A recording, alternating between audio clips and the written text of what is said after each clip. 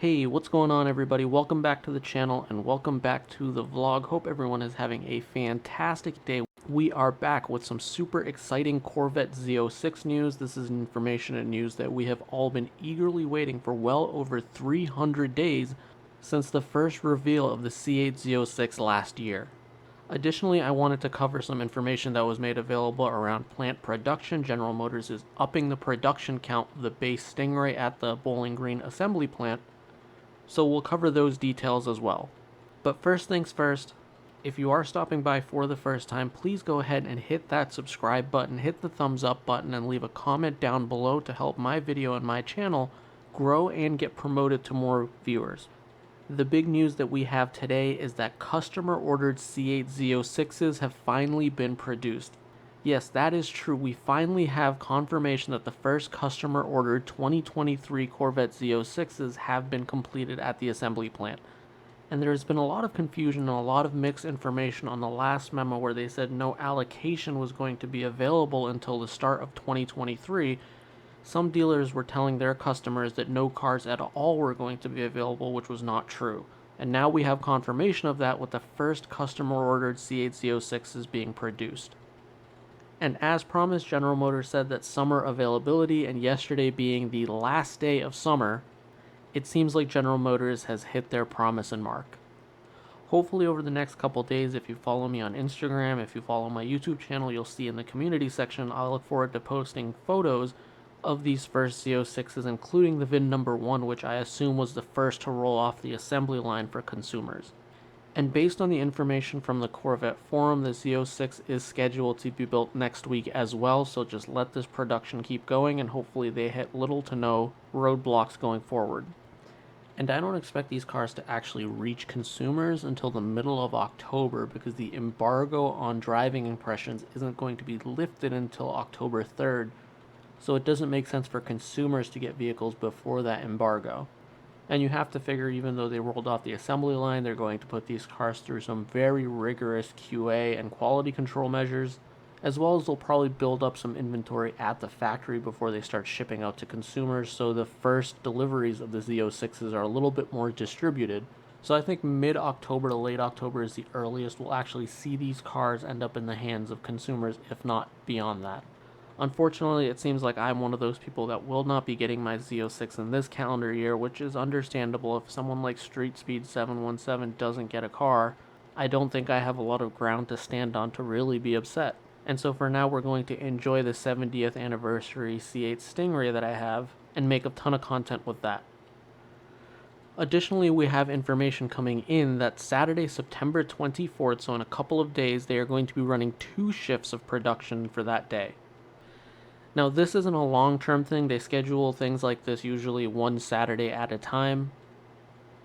The last time they did this was in January when the tornadoes damaged the factory, as well as the NCM Museum. I covered that on the gaming channel in great depth, but we found out back then, to make up for the downtime that the plant suffered, they ended up doing 2 shifts on Saturday as well. And this kind of makes sense because at the beginning of the month, as many of you know, the Corvette assembly plant was shut down for a week due to parts constraints. And the silver lining here is that it sounds like they have parts now to be able to up the production count for a short period of time to be able to make up some of that lost production time at the beginning of the month. Per Corvette Blogger, we also know that just this week alone, production totaled 186 Stingrays on Monday and 196 2023 Stingrays on Tuesday. So if they're building about 190 cars per day, we found out from Kai Spandy during his Corvette presentation that about 11 to 12 cars are built per hour over the 2 normal shifts, which is how they can get to about 180 to 190 Corvettes a day. So not only is this exciting news for the C8 Z06 crowd that the C8 Z06 has officially entered customer production or regular production, the enthusiasts and fans waiting for their C8 Stringray, which now I've been very privileged and lucky to own 3 of, and trust me, for anybody waiting for a Stringray, it is a phenomenal vehicle. You can now rest assured that General Motors is picking up speed of production for the 2023 Stringray, at least for one Saturday, to make up for some of the downtime and delays caused by the week shutdown earlier this month. And it truly is amazing what the Corvette engineers have been able to put together with the C8 platform, but it's equally as amazing that the assembly and manufacturing side has been able to produce this car in the volume that they've been making it through all the ups and downs of production, because I have closely followed the production of the TRX, I've closely followed the production of many of the recent Ford vehicles, including the Maverick and the GT500, as well as obviously the Stingray, and I have to say Ram has the best allocation system behind their high-end demand vehicles, but General Motors and specifically the Corvette production team has the best manufacturing process behind the scenes, and unfortunately Ford has just been horrible at both. And so that's all the breaking news that I have available to you today. Hopefully there's more information that becomes available in the next couple days, and to stay on top of it, make sure you hit that subscribe button and follow me on all of my social media platforms linked in the description below. In terms of near future content, I look forward to making a full monthly payment and cost video of the 70th anniversary 2023 Stingray, as well as I look forward to making some content around what this YouTube channel as a whole has generated for revenue from the start, because Jump Squad Auto is all about transparency, and I actually really am looking forward to sharing those metrics with everyone.